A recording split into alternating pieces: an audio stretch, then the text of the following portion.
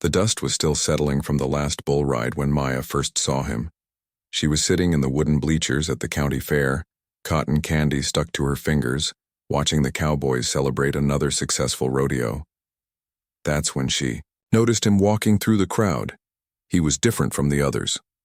While most cowboys were laughing and slapping each other on the back, this man moved like he carried the weight of the world on his shoulders. His black hat was pulled low over his eyes and his dark shirt was buttoned all the way up to his neck despite the blazing summer heat. "Who's that?" Maya asked her friend Lisa, pointing toward the mysterious figure. Lisa's eyes went wide. "That's Cole Thompson. They call him Thunder. Girl, you don't want anything to do with him." "Why not? He's trouble. Been riding bulls for years and nobody knows where he came from. He just showed up in town one day about 8 months ago. Won every competition since then, but he doesn't talk to anyone. Keeps to himself. Some say he's running from something." Maya watched as Cole walked past a group of other cowboys.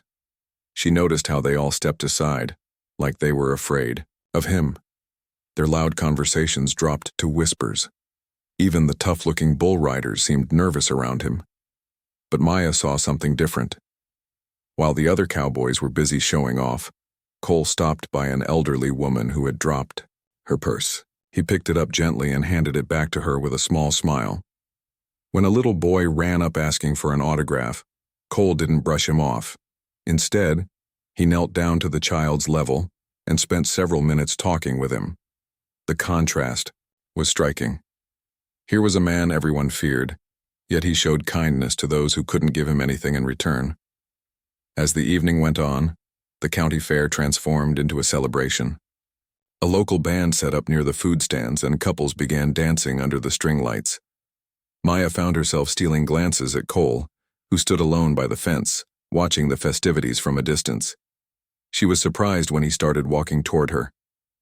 Her heart began racing as he approached, his boots making soft sounds on the dirt ground. When he stopped in front of her, Maya could see his eyes clearly for the first time. They were gray, like storm clouds, but there was something gentle about them that didn't match his intimidating reputation. "Evening, miss," he said, tipping his hat politely. His voice was deep but soft. "I was wondering if you might like to dance." Maya's friends were staring at her with shocked expressions. Lisa grabbed her arm and whispered urgently, "Maya, don't do it. You don't know what kind of man he is." The warning echoed in Maya's mind. Everything she'd heard about Cole Thompson told her to say no, to walk away, to stay safe. But something about the way he stood there, patient and respectful, waiting for her answer without pressuring her, made her curious. "I'd like that," she heard herself saying. Cole's face broke into the first real smile she'd seen from him all evening. He offered his arm and Maya took it, feeling the strength beneath his sleeve. As they walked toward the makeshift dance floor, she noticed how other people watched them with a mixture of surprise and concern. The band was playing a slow country song when Cole placed his hand gently on Maya's waist. They began moving to the music, and Maya was surprised by how carefully he held her, like she was something precious that might break. "You're a good dancer," Maya said, looking up at him. "My grandmother taught me," Cole replied. "She said a man should know how to treat a lady with respect." As they danced, Maya noticed several things about Cole that didn't fit with his dangerous reputation. His hands were calloused from hard work, but his touch was gentle. He smelled like leather and something clean, like soap and fresh air. Most importantly, he kept a respectful distance and never made her feel uncomfortable. "People seem afraid of you," Maya said carefully. Cole's jaw tightened slightly. "Sometimes it's easier to let people think what they want to think. And what if someone wanted to know the real you?" For a moment, Cole looked vulnerable, like her question had caught him off guard. "I'm not sure anyone would want to know the real me." The song ended, but neither of them moved to separate. Maya found herself looking into those storm-gray eyes, trying to understand the sadness she saw there. "Thank you for the dance," Cole said finally. "Maybe I'll see you around town." As he started to walk away, Maya called out, "Cole!" He turned back, hope flickering across his face. "I work at the animal clinic on Main Street, if you ever want to Talk to someone who doesn't judge people by their reputation. You know where to find me." Cole stared at her for a long moment like he couldn't believe what he was hearing. Then he nodded once and disappeared into the crowd, leaving Maya wondering what she had just gotten herself into.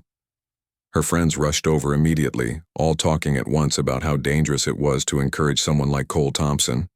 But Maya couldn't stop thinking about the gentle way he'd held her hand during the dance, or the sadness in his eyes when he said no one would want to know the real him.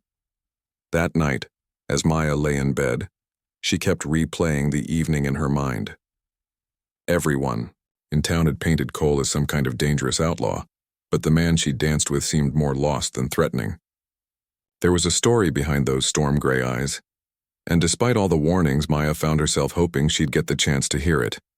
She had no idea that saying yes to that dance would change both of their lives forever, or that the mystery surrounding Cole Thompson ran deeper than anyone in their small town could imagine.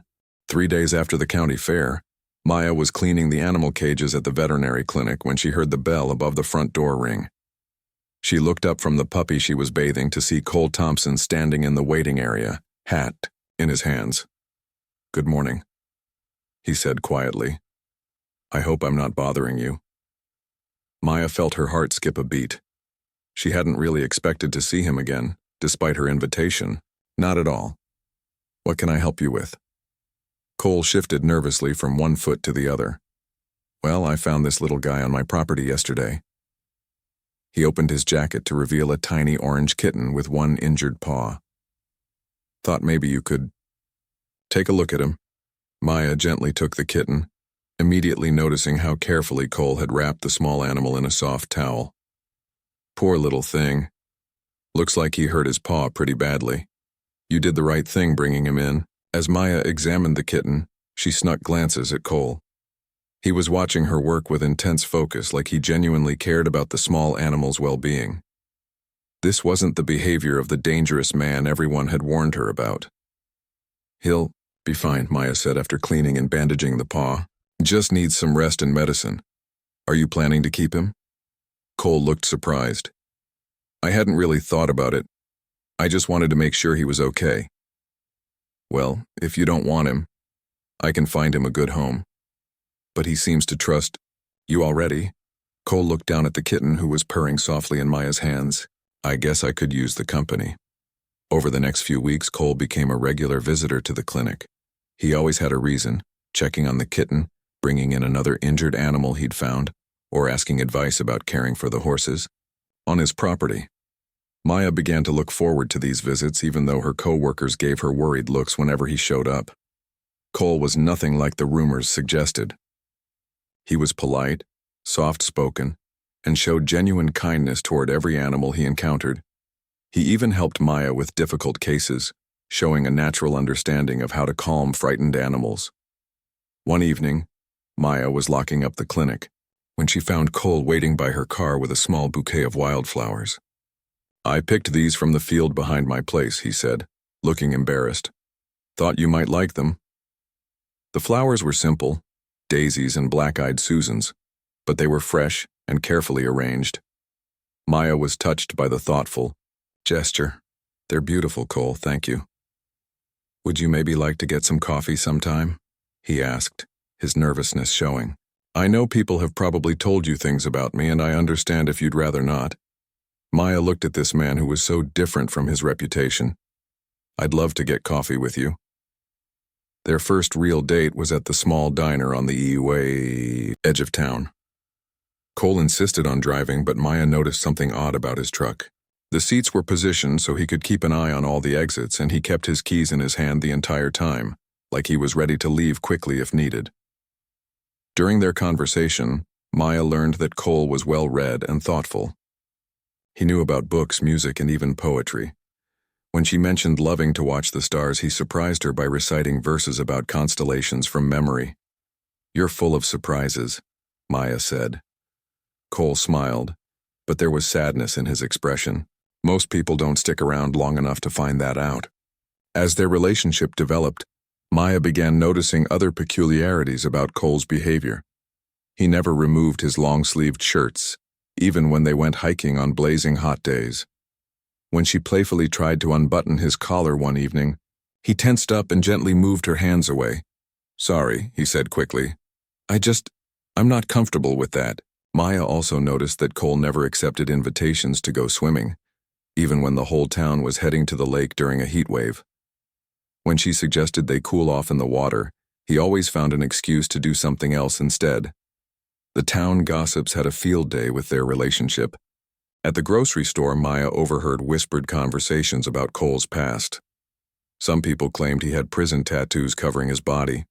Others insisted he had knife scars from dangerous bar fights. A few even suggested he was hiding bullet wounds from his mysterious past. "Maya, honey," said Mrs. Patterson, an elderly woman who had known Maya's family for years, "I'm worried about you dating that Thompson fellow. Nobody knows where he came from or what he's running from. A man doesn't keep that many secrets unless he's got something terrible to hide." But Maya was falling in love with the man behind the way. Mystery. Cole was gentle and protective, always making sure she got home safely and treating her with old-fashioned respect. He fixed her truck without being asked when it broke down, showing up early one morning with his tools and refusing to accept payment. "You don't have to do this," Maya protested. "I want to," Cole replied simply. "Taking care of people you care about isn't a burden. It's a privilege." Cole also surprised her with his tenderness toward children and elderly people. She watched him help an old man carry groceries to his car and saw him patiently teach a group of kids how to properly approach a horse. These weren't the actions of someone dangerous. They were the actions of someone with a good heart. One evening, they were sitting on Maya's porch watching the sunset when she decided to address the elephant in the room. "Cole, people in town talk about you like you're some kind of dangerous criminal. But the man I know rescues injured animals and quotes poetry under the stars. I don't understand the disconnect." Cole was quiet for a long time, staring out at the horizon. "Sometimes people become what others expect them to be. It's easier than trying to convince everyone they're wrong. But you're not dangerous." Cole turned to look at her, and Maya saw pain in his storm-gray eyes. "Maya, there are things about my past that you don't know. Things that might change how you feel about me." "Then tell me." "I can't. Not yet. Maybe not ever." Maya reached for his hand, noticing how he always wore long sleeves that covered his wrists and forearms completely. "Everyone has a past, Cole. Whatever yours is, it doesn't change who you are now." But even as she said the words, Maya couldn't shake the feeling that Cole was carrying a secret much heavier than she realized. The way he sometimes stared off into the distance with a haunted expression, the careful way he watched the roads when they drove anywhere, the fact that he'd never once mentioned family or friends from before he came to town, it all pointed to something significant he was hiding. Still, Maya found herself falling deeper in love with the man who brought her wildflowers and read poetry under the stars.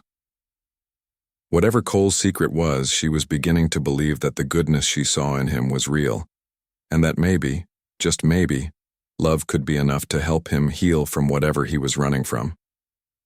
By November, Maya and Cole had been together for 6 months and their relationship had settled into a comfortable rhythm. Cole would stop by the clinic most evenings, often bringing dinner from the local diner. They'd spend hours talking about everything except his past, which remained a carefully guarded mystery. But as winter approached, Maya noticed changes in Cole's behavior that worried her. He seemed more anxious, constantly checking his phone and looking over his shoulder when they were out together. The relaxed man who used to quote poetry had become jumpy and distracted. "Are you okay?" Maya asked one evening when Cole barely touched his dinner. "You seem stressed about something." Cole ran his hand through his hair, a gesture Maya had learned meant he was troubled. "I've been thinking we should leave town together." "Leave town? Why?" "I have family in Montana. They own a ranch up there. We could start fresh, maybe open a veterinary practice in a bigger city where you'd have more opportunities." Maya was confused. This was the first time Cole had ever mentioned having family anywhere. "I thought you didn't have any family." "I don't talk about them much," Cole said quickly. "But they've been asking me to come help with the ranch. It would be good for both of us." The conversation felt rushed and unnatural. Cole was usually thoughtful and deliberate with his words, but Now he seemed almost desperate to convince her to leave with him. Cole, I just started building my practice here. My whole life is in this town. I can't just pick up and move to Montana because you suddenly want to leave. Cole's jaw tightened. What if I told you it was important? Really important? Then I'd want to know why. But Cole couldn't give her a satisfactory answer. He just kept insisting that they needed to start over, somewhere new, somewhere far away from their current town. The urgency in his voice scared Maya more than his mysterious past ever had. Things came to a head on Christmas Eve. Maya was decorating her small apartment when Cole arrived earlier than expected, carrying a wrapped gift and wearing an expression she'd never seen before, a mixture of desperation and determination. I have something for you, he said, his voice shaking slightly. Maya opened the gift to find a small velvet box. Inside was a simple gold ring with a modest diamond, clearly vintage and well-loved.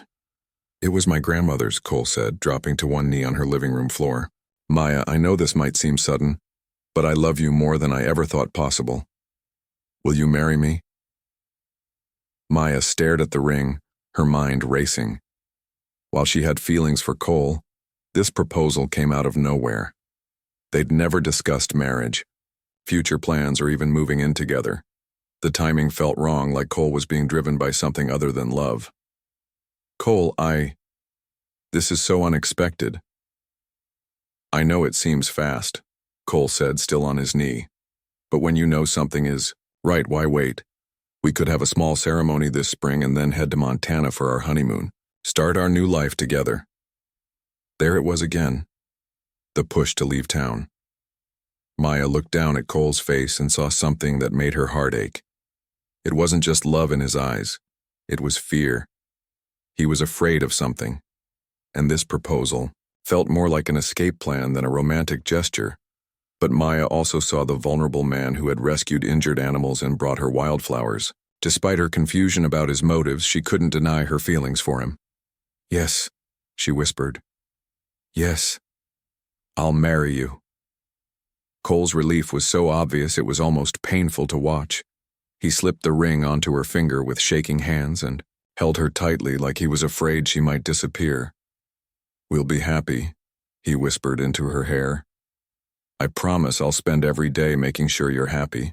But even as Maya felt the joy of being engaged to the man she loved, she couldn't shake the feeling that Cole's proposal was motivated by something darker than romance. The ring was beautiful, and his love seemed genuine. But the desperation behind his actions suggested they were running out of time for something. Over the next few days, Cole's behavior became even more concerning. He installed additional locks on Maya's apartment door, claiming he wanted to make sure she was safe. He started insisting on driving her to and from work, saying he worried about her being alone. Most troubling of all, he began asking detailed questions about her daily routine and seemed anxious whenever she deviated from her normal schedule. You're scaring me, Maya finally told him. What's going on? What are you so afraid of? Cole looked like he wanted to tell her everything, but instead, he just pulled her close. I just want to protect you. Once we're married and settled in Montana, everything will be better, I promise. Maya wanted to believe him, but Cole's version of protection felt more like paranoia. He jumped at unexpected sounds, kept his truck keys in his hand at all times, and positioned himself where he could see all the exits whenever they went anywhere public. The final straw came when Maya discovered Cole burning papers in her backyard fireplace late one evening. She had gone outside to ask if he wanted hot chocolate and found him feeding documents into the flames with intense focus. What are you burning? She asked. Cole startled so violently he nearly dropped the remaining papers. Just old bills and paperwork, cleaning out some files before we move. But Maya caught a glimpse of what looked like newspaper clippings and photographs before they disappeared into the fire. These weren't bills.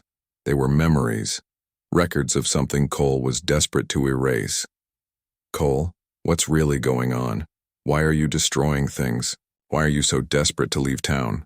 What happened in your past that you can't tell me about? Cole stood up slowly, his face illuminated by the flickering flames. For a moment, Maya thought he was going to finally tell her the truth. Instead, he just looked sad and defeated. Some things are better left buried, he said quietly. I'm trying to build a future with you. Can't that be enough? As Maya looked at the man she was engaged to marry, she realized she was about to commit her life to someone she didn't really know at all. The ring on her finger felt heavy with the weight of secrets she was beginning to fear she might never understand. But it was too late to turn back now. Their wedding was planned for spring, and Maya was already falling deeper in love with Cole despite her growing concerns. She just hoped that whatever he was running from wouldn't catch up to them before they had a chance to start their new life together. What Maya didn't know was that Cole's past was about to catch up with them in a way that would shatter everything she thought she knew about the man she loved.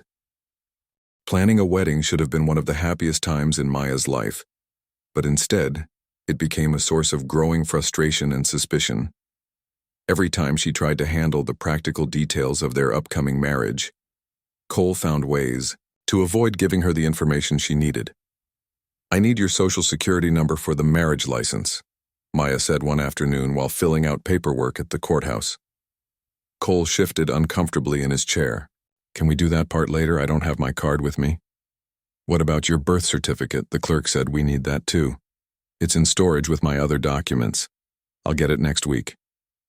But next week came and went, and Cole still hadn't produced any of the required paperwork.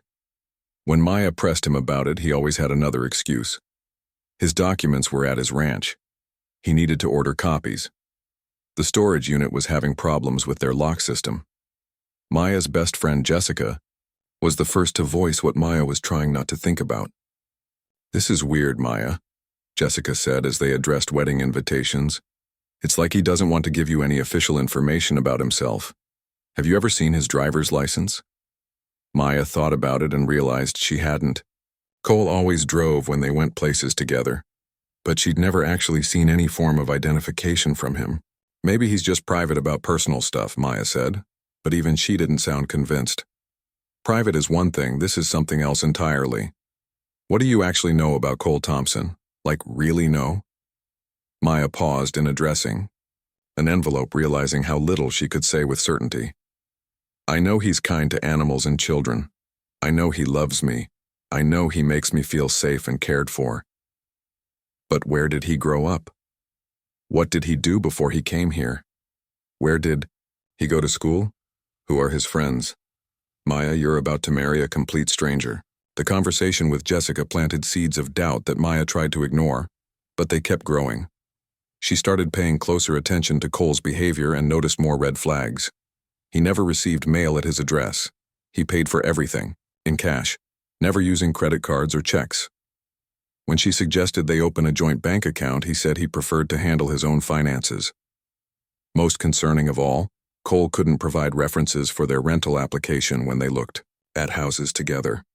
When the landlord asked for previous addresses and contact information for former employers, Cole became agitated and suggested they look at different properties instead.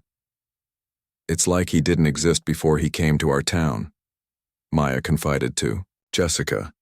I tried to look him up online and there's nothing, no social media, no professional profiles, no mentions anywhere. Jessica had been doing some digging of her own. Maya, I'm worried about you. Really worried. I think we should hire someone to check into Cole's background. That's crazy. You want me to spy on my own fiancé? I want you to make sure you're not marrying someone dangerous. What if he's running from the law? What if he has another family somewhere? What if Cole Thompson isn't even his real name? Maya wanted to dismiss Jessica's concerns, but she couldn't ignore the evidence that was piling up. Cole's behavior had become increasingly paranoid as their wedding date approached. He installed motion sensor lights around Maya's apartment and insisted on walking her to her car every morning before work. One evening, Maya came home to find Cole standing at her living room window, peering through the curtains at the street below. Are you watching for someone? She asked. Cole spun around, startled. Just checking to make sure your neighborhood is safe. There have been some break-ins in town lately. But Maya hadn't heard about any break-ins, and when she asked around, no one else had either. Cole seemed to be seeing threats that didn't exist, or worse, he was expecting someone specific to show up. The breaking point came when Maya discovered Cole had been asking detailed questions about her work schedule and had even driven by the clinic several times during the day, supposedly just checking on her. When she mentioned this to her boss, Dr. Peterson, he looked concerned. That's not normal behavior, Maya. Healthy relationships don't involve that level of surveillance. It sounds like he's either extremely controlling or he's afraid of something specific. Against her better judgment, Maya decided to take Jessica's advice and hire a private investigator. She told herself it was just to put her mind at ease, to prove that her friends were wrong about Cole. But deep down, she knew she needed answers about the man she was planning to marry. The investigator, a former police officer named Detective Richards, was professional but direct about what he might find. When someone has no official record or history, it usually means they're hiding something significant. Are you prepared for what I might discover? Maya wasn't sure she was prepared, but she knew she couldn't walk down the aisle without knowing who Cole really was. Meanwhile, Cole's behavior became even more erratic. He started carrying a bag in his truck that he never let Maya see inside. He would disappear for hours at a time, claiming he was handling ranch business, but he could never provide specific details about what he was doing. The night before their wedding, Maya was at Jessica's house for her bachelorette party when she received a frantic call from her neighbor. "Maya, there's someone in your backyard burning something. Should I call the police?" Maya's heart sank. She knew it was Cole, destroying more evidence of whatever he was hiding. She made an excuse to Jessica's other friends and drove home to find Cole feeding papers into a metal barrel, the flames casting eerie shadows across his face. "What are you burning now?" she demanded. Cole looked up, caught in the act. "Just cleaning out old files before we start our new life together. Let me see what you're burning." "Maya, please, just trust me on this." But Maya couldn't trust him anymore. She reached for one of the papers that hadn't been consumed by the flames yet and pulled it out before Cole could stop her. What she saw made her blood run cold. It was a newspaper clipping with a headline that read, "Hit and Run Driver Still at Large." The article was from Colorado, dated 2 years earlier, and it described an accident that had killed a young mother of 2 children. Maya stared at the clipping, then at Cole, who was watching her with a look of pure terror. "Cole, what is this?" But before he could answer, Maya's phone rang. It was Detective Richards calling with the results of his investigation. As Maya listened to what he had discovered, she realized that the man she was supposed to marry the next morning wasn't just hiding his past. He was hiding from it. The wedding that was supposed to be the happiest day of Maya's life was about to become the day she learned the truth about the man she loved, and that truth was more devastating than anything she could have imagined. Maya's wedding day started like something from a nightmare. She had barely slept after finding the newspaper clipping and receiving Detective Richards' phone call. The information he'd shared made her question everything she thought she knew about Cole. "The man you're engaged to isn't Cole Thompson," Detective Richards had said. "That name doesn't exist in any official records before 8 months ago. Based on the evidence you found in my investigation, I believe your fiancé is actually David Carson, wanted in connection with a fatal hit-and-run accident in Colorado." Maya had spent the rest of the night staring at her wedding dress hanging in the closet, wondering how she could have been so blind to the signs that were now painfully obvious. The morning of the wedding, Maya was getting ready at Jessica's house when her best friend knocked on the bedroom door. "Maya, we need to talk." "Right now." Jessica burst into the room carrying a folder full of documents and printed photos. Her face was pale and serious. "I know you hired Detective Richards, but I did some digging of my own last night after you left early. Maya, you can't marry this man." Jessica spread the documents across the bed. There were newspaper articles, police reports, and official records that painted a picture Maya never could have imagined. "His real name is David Carson," Jessica said urgently. 2 years ago in Colorado, he was driving drunk when his truck hit a car carrying Linda Martinez and her 2 young children. Linda died instantly. David's truck caught fire after the accident, which is why he has those scars he won't let you see. Maya sank onto the bed, staring at a photo of a young woman with a bright smile who would never see her children grow up because of the man Maya was supposed to marry in 3 hours. "There's more," Jessica continued. "After the accident, David Disappeared from the hospital while he was being treated for his burns. He's been on the run ever since, moving from town to town using fake names. Cole Thompson is just his latest identity. Maya's hands were shaking as she looked through the police reports. The description of the suspect matched Cole perfectly. The height, the build, even the distinctive scar on his left hand that he'd told her came from ranch work. The police have been looking for him for 2 years, Jessica said. Maya, you're about to marry a fugitive. Someone who killed a mother and abandoned her children. Maya thought about all the times Cole had flinched when she touched his chest or back. She remembered how he never removed his shirt, even in the scorching heat. The scars from the fire that nearly killed him were a permanent reminder of the life he'd destroyed. I have to call off the wedding, Maya whispered. You absolutely do. But Maya, there's something else you need to know. I spoke with Detective Richards this morning. He discovered that David has been sending anonymous money to Linda Martinez's family, monthly payments that match exactly what he's been earning from rodeo competitions. Maya looked up, confused. What do you mean? He's been giving all his prize money to the victim's family. Every penny he's earned since he came to town has gone to help support Linda's children. He's been living off odd jobs and working extra hours just to survive while sending everything else to the people he hurt. This information complicated everything. Maya had expected to discover that Cole was a heartless criminal, but instead she was learning about someone who was genuinely trying to make amends for a terrible mistake. Jessica, what am I supposed to do with this? Yes, he lied to me about who he was, but he's been trying to take responsibility for what he did. Maya, he killed someone while driving drunk and then ran from the police. Those children lost their mother because of him. You can't just ignore that because he's been sending money. Maya's mind was racing. The man she loved had been living a lie, but he'd also been living with the guilt of what he'd done and trying to make it right in the only way he could. The Cole she knew was gentle and kind, someone who rescued injured animals and treated everyone with respect. But that same man had made a decision that destroyed a family. There was a knock on the bedroom door and Maya's mother entered, already dressed for the wedding. Girls, the guests are starting to arrive. Maya, you need to finish getting ready. Mom, I can't marry Cole. Maya's mother sat down on the bed and listened as Jessica explained what they'd discovered. When the story was finished, Maya's mother was quiet for a long time. Honey, I know this is shocking and horrible, her mother finally said. But people make mistakes.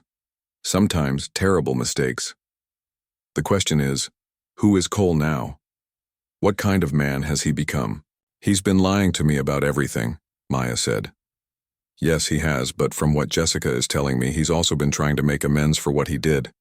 He could have disappeared and never looked back, but instead he's been supporting the family he hurt. Maya looked at her wedding dress and thought about Cole waiting for her at the church.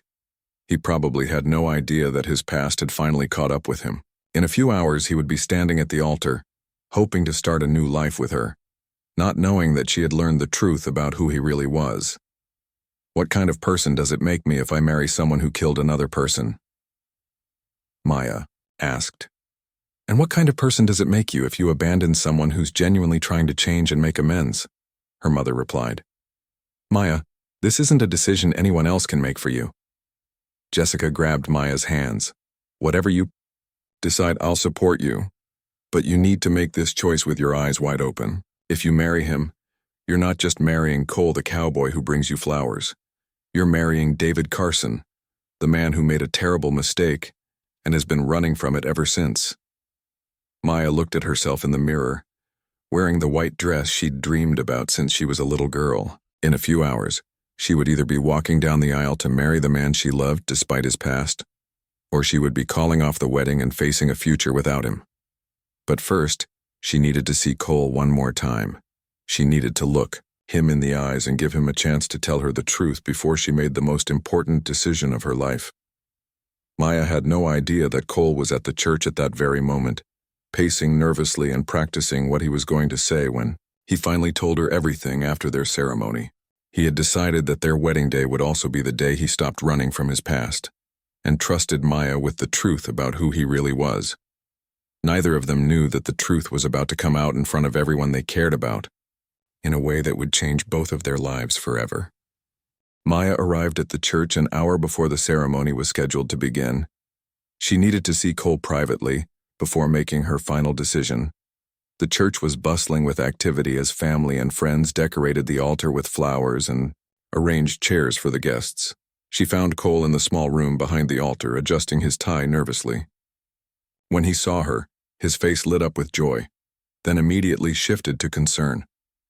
"Maya, you look beautiful, but you're not supposed to see me before the ceremony.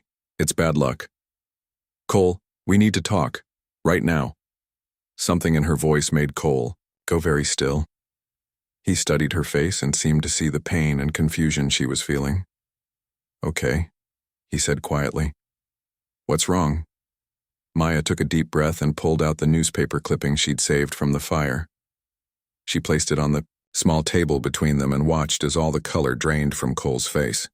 "Who are you?" she asked simply.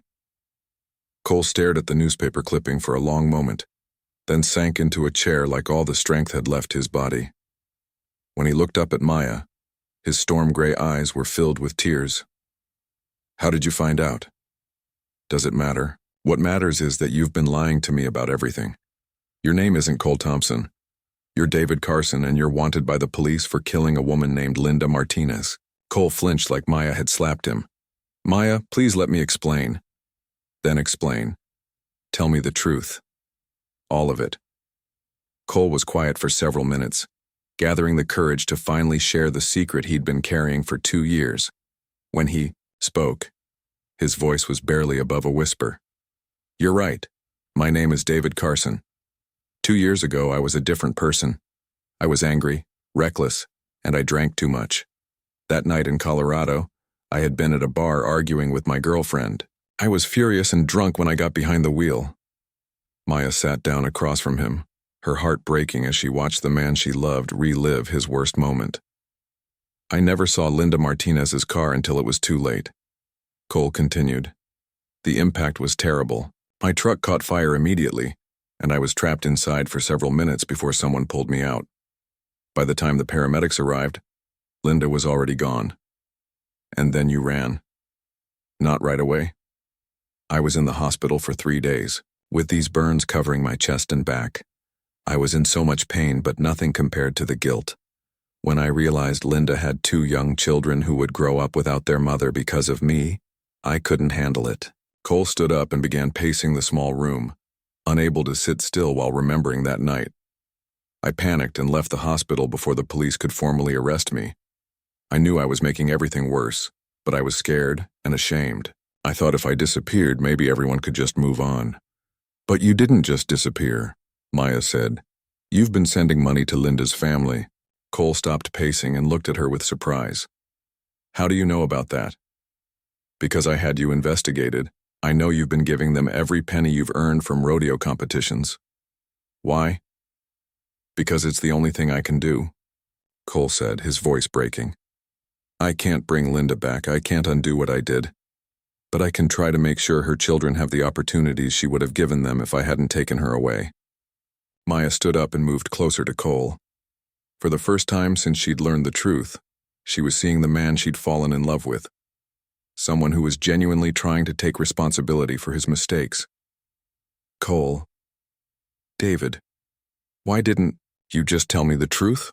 "Because I was afraid you'd leave me, and because I was a coward. I've been living as Cole Thompson for so long that sometimes I almost forget David Carson ever existed. But the guilt never goes away. Every night I see Linda's face. I think about her children growing up without their mother. So you were planning to marry me while still lying about who you are." Cole shook his head. "Actually, I was planning to tell you everything tonight.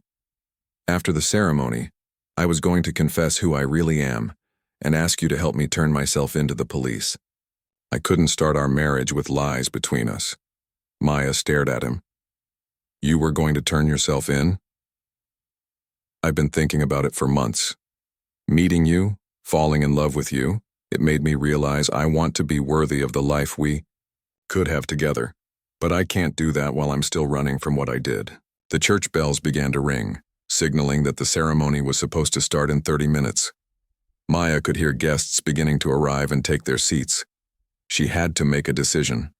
David, I need you to tell me everything. No more lies, no more secrets. If we're going to do this, I need to know exactly who I'm marrying. David told her everything about his drinking problem, which he'd been sober from for 18 months, about the nightmares that woke him up every night, reliving the accident, about how he'd chosen their small town because it was far from Colorado, and reminded him of the place where his grandmother had taught him to be a better man. The person you fell in love with, the man who rescues animals and brings you flowers, that's who I really am underneath all the guilt and fear, David said. David Carson made a terrible mistake, but Cole Thompson is who I became when I started, trying to make amends for it. Maya looked at this man who had lived with such tremendous guilt while still managing to be kind and gentle with her. She thought about Linda Martinez's children and the money that had been helping to support them. She thought about all the small animals David had rescued and the elderly people he'd helped around town. If I marry you today, what happens next? Maya asked. We go to Colorado together and I turn myself in. I face whatever punishment I deserve, and I hope that maybe eventually we can build a life together based on honesty instead of lies. Maya could hear the wedding march beginning to play in the sanctuary. In a few minutes, she was supposed to walk down the aisle and commit her life to this man. But first, she had something she needed to say. David, I can't marry Cole Thompson because Cole Thompson doesn't exist. But if you're willing to face the truth about what you did and try to make it right, then maybe I can marry David Carson. David looked at her with hope and disbelief. You still want to marry me? Even knowing what I did? I want to marry the man who's been trying to make amends for his mistakes. The man who's been supporting Linda's children even while struggling to survive himself. The man who was planning to turn himself in because he knew it was the right thing to do. David pulled Maya into his arms, holding her tightly.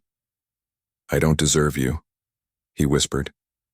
Maybe not, Maya said, but I love you anyway. And love means we face the hard things together. The wedding march was playing louder now, and they could hear Maya's father knocking on the door, ready to walk her down the aisle. Maya and David looked at each other knowing that everything was about to change. Are you ready to tell everyone the truth? Maya asked. David took a deep breath and nodded. I've been ready for 2 years. I just didn't have the courage until now. Together, they walked toward the sanctuary, prepared to face their future with honesty, no matter how difficult it might be.